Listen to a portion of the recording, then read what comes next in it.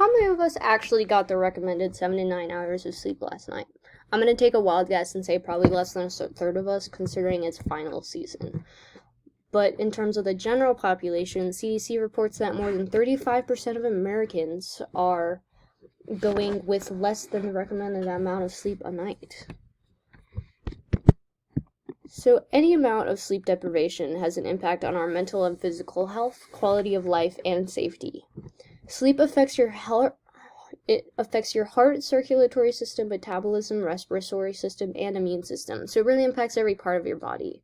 And lack of sleep over a prolonged period of time can contribute to chronic health problems, including heart disease, high blood pressure, and obesity. So what is sleep deficiency? Sleep deficiency occurs when you have one or more of the following. You either are not getting enough sleep, which is known as sleep deprivation, you're sleeping at the wrong time of the day, you're not getting quality sleep, or you're not getting all the different kinds of sleep that your body needs, or you have a sleep disorder, which is preventing you from getting the right quality or quantity of sleep. Sleep deprivation inhibits a wide range of cognitive functions, particularly attention and executive function. It can lead to excessive drowsiness and fatigue, poor attention span, reduced emotional capacity, and impaired judgment. And it's likely more difficult for the brain to learn new information and acquire new skills because the pathways that create new connections during sleep are not being fully formed. Hundreds of studies conducted on working memory have linked sleep deprivation to slow reaction times in simple attention tasks, decreased auditory and visuospatial attention, and impaired verbal working memory. All this shows that sleep deprivation can compromise performance and tasks in terms of both speed and accuracy.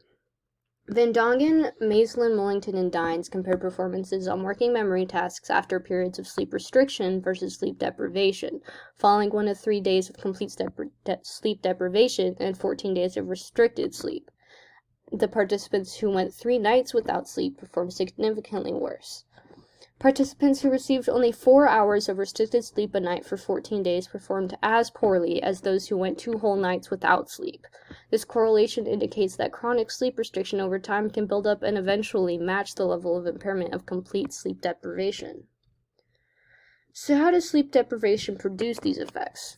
Sleep deprivation inhibits the ability to sustain attention and alertness, especially when the task is being performed doesn't demand high levels of concentration and attention. The easier the task, the more likely the performance of the task is to be compromised.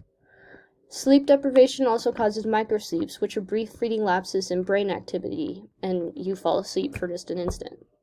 So does caffeine help? If you miss out on a step, will caffeine get you back where you need to be? Caffeine is a psychostimulant, and it gets a consistent beneficial effect on attention, vigilance, and reaction time. But the efficiency of the caffeine depends on the dosage, the timing, the nature of the task, and the level of sleep deprivation. So let's sum it all up. Sleep's an integral part of working memory, and the quality and quantity of sleep you get is very influential to your working memory. Of all the aspects of working memory impacted by sleep deprivation, attention and executive function are impacted the most. And finally, sleep debt. It adds up. Consistently not getting enough sleep can be as harmful as working memory as not getting any sleep at all. Thank you.